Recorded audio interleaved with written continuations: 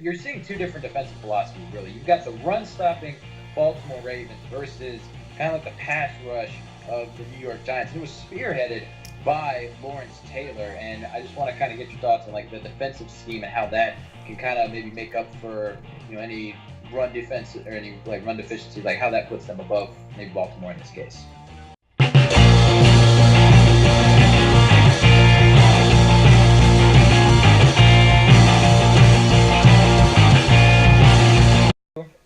What's going on, everybody? Welcome to the MegaCast Mega Battle on this beautiful Saturday night. I'm Brandon Crotchet. I'm joined by my good friends, James Surleys, the punk check master of Sports Me. James, how you doing? Doing good, man.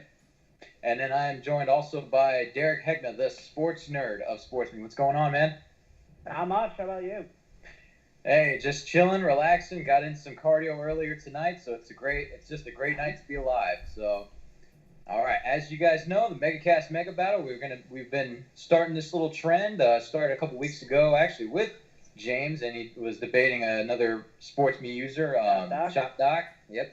Shop Doc. We're going to start doing this every other week now, bringing these battles to you guys, kind of showcasing what Sports Me is all about. Before we get into the battle ahead, just real quick, just in case you don't know what Sports Me is, it's an interactive sports debate app where you can battle hundreds of sports fans across the country. You go battle it out for points, for victories, and also get your place atop the weekly leaderboard as well. In addition to all that, you get to be a part of a great community of people like us three. We call ourselves the Sports Me fam. So what are you guys waiting for? Be sure to download. Go on to if you have an iPhone, go to the App Store, iTunes, download the Sports Me app. Join in on the conversation today. We'll see you guys there. All right, I love the enthusiasm, guys. So, for tonight's battle, all right, we're going to be showcasing the greatest defense of all time in the NFL history. And obviously, it's one that a lot of people can have a lot of different opinions on. And I actually found your two takes pretty interesting, a little bit different than what I was expecting. So, I'll go ahead and let James start off since he's got the older pick, so to say. The original one, Derek went with the Ravens. The other guy went with the Bears. So I actually went with the 1990 New York Giants. I think they're really underrated when you look at the whole picture of them. They were 13-3. They played against 7 playoff teams in the regular season that year. Then they uprooted the 49ers, who were pushing to three-peat with Jerry Rice in Montana, and arguably probably one of the best offense in football. Then they ended up beating the Bills in the Super Bowl, who at that time had the most powerful offense that season with Jim Kelly. And I think people don't give them enough credit, and I'm not sure why, to be honest. Based on the type of games that they had to play throughout the whole season, they held them to 13.2 per game. Kept them under 10 points 6 times. Only allowed 211 points. 4.6 yards per play. 30 sacks, 23 interceptions, 23 fumbles recovered. Only allowed 21 touchdowns all season. So, in my opinion, I think they're underrated. All right, and Derek, he had you, like you said, you picked the Baltimore Ravens. A lot of good stats that James was throwing out there. Your chance to respond. Yeah, so as far as the 2000 Baltimore Ravens go, like James said, the Bills were the most dominant offense in the league at the time. That is true. But at the same time, the Ravens also had a difficult road to the playoffs. They faced at least 2 of the top 3 offenses in the league in Oakland and Denver. They faced a Tennessee team that was middle of that. And that had Steve McNair and Eddie George were 2 of the most dynamic offensive playmakers at the time. So that couldn't be overlooked, I don't believe. And then they faced the Giants, and the 2000 Giants, obviously. Just need to throw that out there. Yeah. Lack of confusion. A decade was not kind. Yeah, a decade makes a difference, yeah. The thing is about that is that in the 2000 Super Bowl, I forget which one it was. I forget the exact number. But in that Super Bowl, the Giants were held 7 points, and that was on a kickoff return. To say that was the Ravens' fault was basically like saying, oh, this starting pitcher threw like 7 great shutout innings, then the setup guy lets go the home run, blaming it on the pitcher. Basically, what I'm saying is Baltimore defense that year gave up 0 points in the Super Bowl, which is a big, big deal. They also notched 4 shutouts in that season, 2 of them being on the road. And they also managed to get 35 sacks compared to the Giants' 30. And not to mention, Baltimore relied a lot on the talent at their position. Giants had guys like Lawrence Taylor, guys like that. Pepper Johnson, I think his name was. He was a Pro Bowler as well. But Ravens also had a lot of talent. They had Ray Lewis, arguably one of the best defensive players of all time. Yeah. Sam Adams and Tony Siragusa both anchored that defensive line, gave Lewis the space he needed to operate. Got a lot of guys who could sack you, catch interceptions. They had playmakers all across the board, but in the end, they didn't rely on playmaking ability like the Bears did. I say that's because the Bears in 1985 are also considered to be one of the greatest defenses of all time, but unlike the Ravens, that Bears defense was designed to cause playmaking. They were designed to have those big plays. The Ravens didn't necessarily rely on that, but they were pretty efficient at it. Instead, they relied on the sole talent of the players, very similar to the Giants, but in the end, the stat totals would reflect that in at least a few categories, the Ravens were a better defense than the 1990 Giants overall. James? All right, so I'm actually going to say that the Baltimore Ravens are overrated. You are right that they had 4 shutouts. But here's the QBs that they face, first of all. Okay, well, first of all, 7 of the teams that they played throughout the regular season were 8-8 or less, worse for the whole year. The average team that they played had a 42% winning percentage. They played the Chargers, who were 1-15, the Browns 3-13, the Bengals 4-12. And they played both of them twice. Here's the quarterbacks they had to face. See if you can remember these, or they ring a bell. Some of them might because they're horrible. Akil Smith, Tim Couch, Ryan Leaf, Kent Graham, Jay Fiedler, Jamie Madison, Doug Peterson, Sperlin Wayne, Scott Mitchell, a very old Troy Aikman, Jake Plummer, Vinny Testaverde, Steve McNair, they did play, then Cordell Stewart and Brad Johnson. It's not a very hard, roster to go against, so to speak. And Brad Johnson's defense, he was a good quarterback at the time. 2 years later, he did get that Super Bowl, but he was efficient. I wouldn't say he was good. Just plugging it. Great. They had the easiest schedule to go against. I mean, and then what? They had none of the QBs they faced were all pros that year. None. Gus Farad, Jamal Jackson, Bobby Hoy, Rich Gannon, Kerry Collins. I mean, it's just to me they were overrated. They're definitely great, but I think based off the strength of schedule, they look a lot more dominant than what they were compared to what the Giants had to face going up against the 49ers. For instance, they held them to 1 touchdown and 2 field goals. The Bills, who scored 95 points in the 2 playoff games before, held them to 19 points. So I just think the Giants were a more dominant defense than what people give them credit for, and I do think that they're better than the Baltimore Ravens. Well, if we're talking about the Giants and the Bills, obviously, again, the Bills were a great offense. The stats reflect that. But at the same time, when you look at the playoffs, you had Oakland and Denver, who were both top 3 who had top 3 offenses at the time. And then, again, Tennessee. I know I bring this up, but it's not like Baltimore faced pushover offenses all the time. We're saying, oh, they're not having just great quarterbacks, but at the same time, they did have decent pieces there. It's not just a quarterback-based league, especially not at the time. And not to mention that Baltimore's offense was a bit of a reflection in this because their offense wasn't exactly stellar either. They had to rely on guys like Trent Dilfer and Tony Banks, neither of which threw for more than 150 yards per game. I think Tony Banks had a 50-50 touchdown interception ratio, and Trent Dilfer wasn't much better. But like at the same time, the Ravens did rely on game manager quarterbacks, and at the same time, quarterbacks you mentioned, not a lot of them were great. Not guys like Jake Plummer, Steve McNair, Vinny Testaverde, even at the time.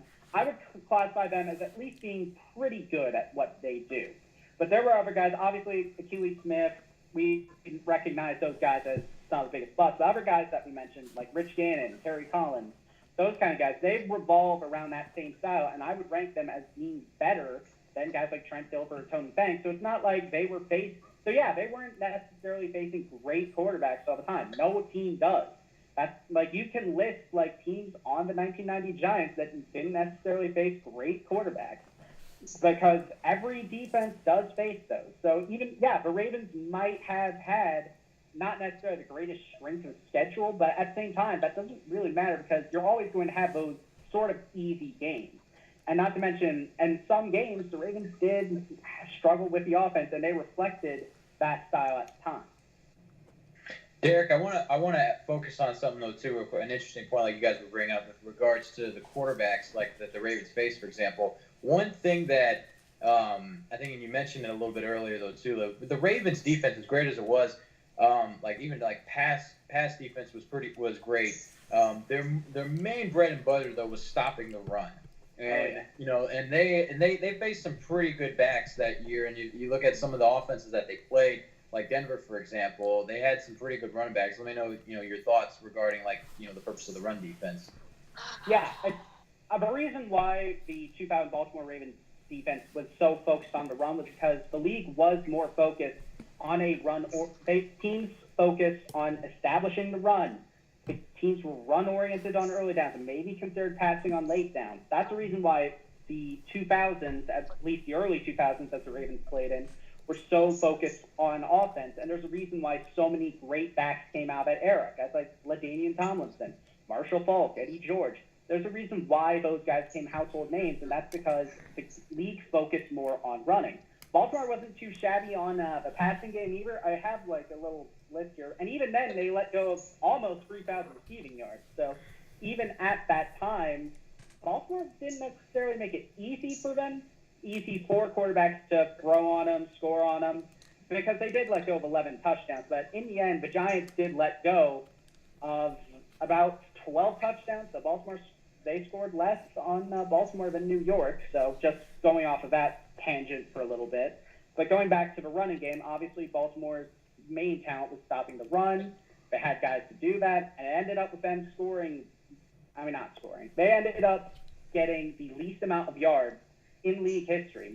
No team has established that mark. And when you look at the points scored overall, they got a league best in that category too. And that's a mark that's in league history as well. So in the end, those two things reflected the offensive philosophy at the time, and that's why Baltimore was a great defense for its time. Yeah. And then James, just gonna, talking about the Giants, like again, the quarterbacks they had to go up against, obviously, like Jim Kelly, they went up against the Niners, but I believe Montana was still there, if I'm not mistaken. He was in his final years, but he was still there, still racking it off.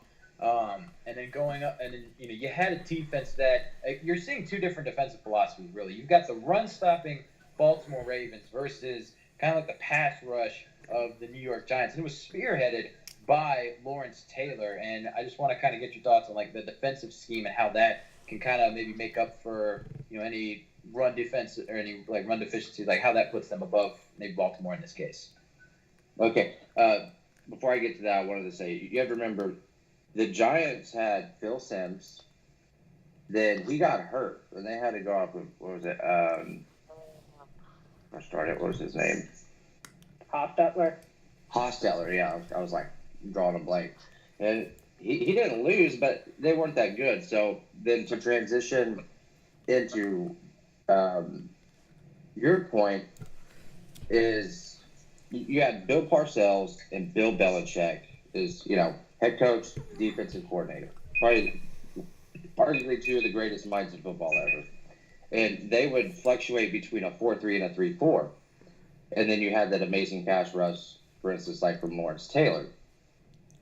Baltimore's was more like a zone type great pass rush, but it allowed Ray Lewis and them to kind of freely roam if they wanted to, so to speak, drop back or rush in and, plug the run holes.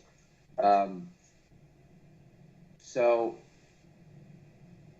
the way that the Giants schemed, again, to stop Jerry Rice and Joe Montana or Jim Kelly and the Bills, to me, that's pretty amazing compared to going against Tennessee and McNair. So it's arguably the two greatest offenses in history. Yeah. So to keep both of them under 20 points, I think is second to none in my opinion. Yeah. All right, and then too, I want to give. I know we've talked about a little bit. We mentioned Lawrence Taylor, obviously the main figure for that. He's the poster child, you can say, for that New York Giants defense. Ray Lewis, the poster child for that Baltimore Ravens defense. We can hit on those guys real quick though too. Let's talk about what's made them great, but also let's highlight some of the other pieces that were on those teams as well. Let's show not just, obviously it takes more than one guy to lead a defense. So. We'll talk. Derek, I'll start with you on Ray Lewis, and then get to James with Lawrence Taylor. But then after you guys get done talking with them, let's dive into the rest of the players around these two great legends as well that made these defenses. Going to be tough. Yeah. So obviously, top of my head. So obviously, we recognize that Ray Lewis is one of the best defensive players of all time. He's in the Hall of Fame for a reason, and he deserves to be there. And the fact of the matter is, the reason why the Ravens wanted to move him around so much was because he had the talent to do all those things. He had the talent to go between the gaps that Sam Adams and Tony Siragusa, who I will mention later, they made the gaps, and Ray Lewis was able to find them. Running back's gone. There is no play. Everything is fine. And then as far as coverage goes, Ray Lewis wasn't necessarily bad in that either. There was a reason why Marvin Lewis, who, he's not great as the Bengals head coach, we know that, but when he was the Ravens defensive coordinator, he was a defensive genius. And they also had a couple other guys. Mike Smith is the name that comes to mind. And they had plenty of other guys as well. One, I can't remember his name, but would it be Suggs? Terrell Suggs? Would he have still been there? Or he was there? I don't think so. I think it was not in the 2000s. Yeah, not in 2000. More onto the mid-2000s. Yeah, I'll get to those guys in a little bit, though, like Brandon said. But anyways, the reason why Ray Lewis was such a talent was because he could do so many things. He could tackle, he could sack, he could intercept, cover guys that weren't allowed to be covered by the cornerbacks or the safeties, which I will also mention later. But at the same time, Lewis was a do-it-all kind of guy, was regarded as the best at his position at the time, and one of the best at his position for all time. So it's hard to discredit his success on that team. He was the heartbeat of that team. He was the soul of that team. He was Super Bowl MVP for a reason. As far as I'm concerned, Ray Lewis is one of the best defensive players of all time, much like Lawrence Taylor. But Ray Lewis could do so many things, and that's why I would give him a decent edge. All right, James, he's laying it down. Let's see you pick it up. Yeah, it is hard to argue. I'm not discrediting Ray Lewis at all. That dude was a monster. Definitely in the middle of the field. You know what I mean? Lawrence Taylor was a maniac when it came to pass rush, but he wasn't too shabby either when it came to if he dropped back. I think he swatted a ball. It was in one of the playoff games. He swatted it and then ran it back for a touchdown. Two different types of play style. I'm not going to discredit any of them. When it came to pass rush, Lawrence Taylor has the edge. When you're talking about control in the middle of the field and just stopping anybody in their tracks and probably breaking the ribs and stuff, then Ray Lewis is going to take that one. So I think it's pretty hard to argue against any of those. Yeah. I just think, like I said, based off strength schedule. Would you say though too, for what they were asked to do in their system, that's where you would give LT the edge? He was asked to rush the passer, and by golly, he was great at rushing the passer. Whereas Ray Lewis, he excelled in coverage and or not just coverage, but being a good all-around linebacker. But when it came to rushing the passer, though, which is what he was asked to do, no one did it better. Yeah. Yeah, I agree. All right, so now let's go ahead. Let's see the other players that are behind these legends. Derek, start us off. Okay, so again, Sam Adams, Tony Syracuse anchored the defensive line, gave Ray Lewis the holes he needed to exploit the offensive line, and was able to stop running backs, helping the pass rush game against quarterbacks, so on and so forth. And like I said earlier, Baltimore had 35 sacks in that year compared to the New York Giants' 30 in 1990. Guys like Peter Boulware, Mike McCrary, they could attack a quarterback from all angles and basically made sure that the tackles were just as fearful of that team as the guards and the centers. And as far as passing goes, that wasn't a walk in the park because you had Chris McAllister and Dwayne Starks, both had great numbers that year. Both you could classify as that shutdown guy, especially McAllister, who was successful for quite some time in the league. And then you had Rod Woodson, Kim Herring. They assisted in the interception totals, could help out in the run game. And Rod Woodson, much like Ray Lewis, is considered one of the best at his position of all time, and especially at the time. I think he was also selected for the Pro Bowl that year, if I remember right. Yeah, he was. They had someone from all levels of defense in the Pro Bowl that year. I think Sam Adams was the guy on the defensive line. Mm-hmm. Obviously, Ray Lewis was the guy for the linebackers, also his first team All-Pro that year, much like Lawrence Taylor. Actually, I'm not sure if Lawrence Taylor is the first team All-Pro that year, but yeah, much like Lawrence Taylor. That type of player, though. That type of player, though, yeah. You get the general idea of that guy. Yeah. And then they had either Rod Woodson or Chris McAllister in the secondary as a Pro Bowler. So obviously, the Ravens were stacked at all levels with talent. They could do so many things as a team. And even though the overall totals, as far as players goes, they may not look necessarily spectacular, they didn't need to play out of their mind. They had a system. They had the talent to execute that system well. And as a result, when you look at the overall team numbers, they shined. They had more sacks than the New York Giants, even with Lawrence Taylor as a pass rusher. And they had the same number of interceptions, but they also had more yards to go with it. So the Ravens had playmaking ability, weren't over-reliant on it, but they could make the big plays when they counted. And there's a big reason why, even though the Ravens did face run-oriented offenses, they were the best at the time at doing that. And there's a reason why they had 4 shutouts and held their opponents generally to low point totals. I have it right here, 10.3 points per game, lowest mark in league history. I had to have the numbers typed out because I was going to forget them, so yeah, that's all. If I'm looking that way, that's all I'm doing, just referring. Yeah. I was going to say, too, when you said Chris McAllister, that brought back memories of NFL 2K5 right there. He was a beast to have on any Even Madden 205. I mean, not 205, 2005. He's a beast. That was the first game I ever played. I played as the Ravens first time, I think. Yeah. I was pretty good at them. I'm not going to lie. Yep. And that was 5 years later. So, anyway, James. Oh, yeah. A lot of talent behind Ray Ray. Who's LT got backing him up? Well, actually, man, it's going to be hard for me to go off the top of my head. I didn't even expect that question. I can do the Ravens one easy, but crap, I'm trying to think. Off the top of my head, that's going to be hard. I don't know. But you forgot Tony Siragusa, though. I remember that dude. That dude was huge. Yeah. I didn't forget Siragusa. I mentioned him first thing. Okay. But what I'll say, because obviously Sam Adams, I mentioned Sam Adams as a Pro Bowler, but Siragusa was a big role. I can't, in and also gave them some character. I can't think of the players off the top of my head, Brandon. I'm sorry. No. I've got some of them listed down real quick. I will say that year, when the Giants are 7 teams that they play during the regular season make the playoffs compared to 2 teams that the Ravens played in the playoff, it kind of makes it easier to get those numbers. You're right that they, averaged 10.3 points per game. It's the lowest ever. Well, the Giants, with one of the hardest schedules ever, it was 13.2, so it's only a 3-point difference. You got, what, three more sacks or something? Or five.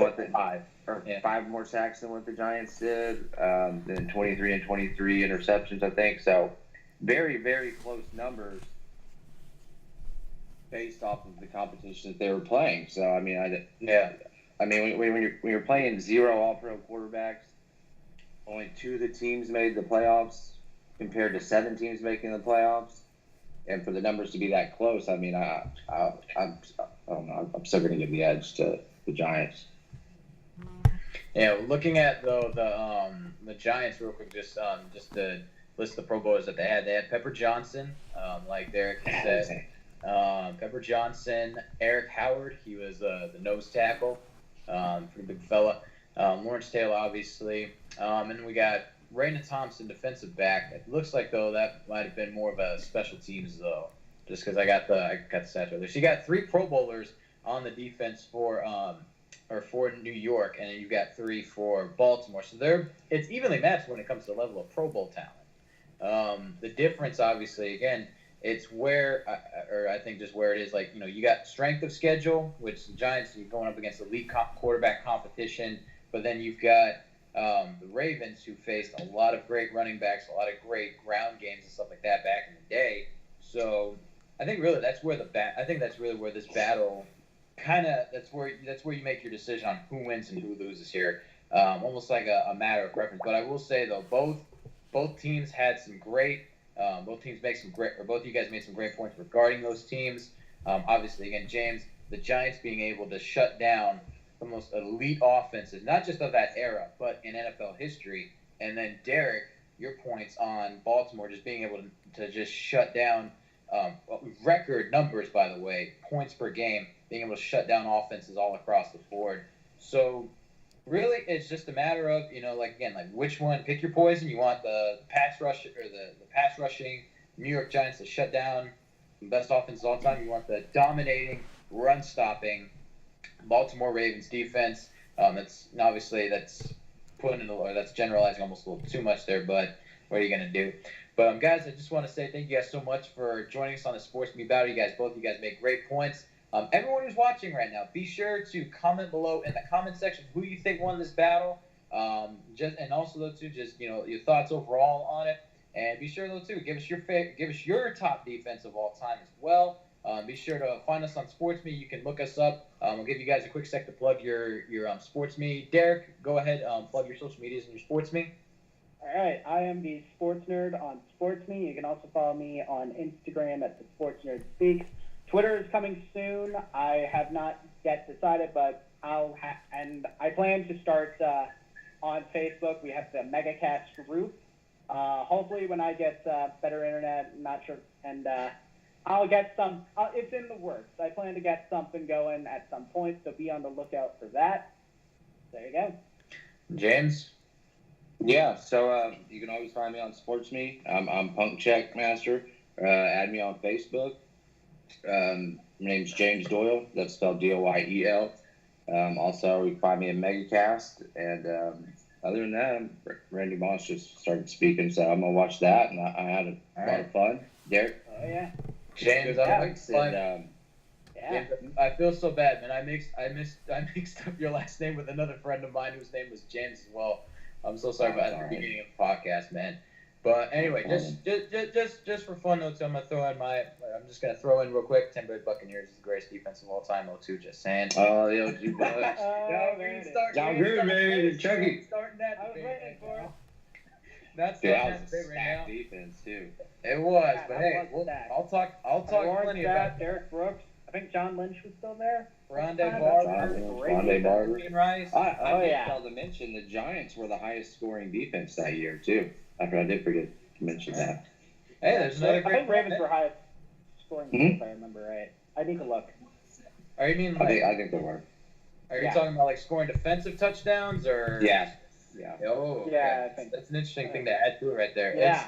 That's one thing I always love about defense, and I think we talked about this actually on the SportsMe app. We debate stuff like this all the time.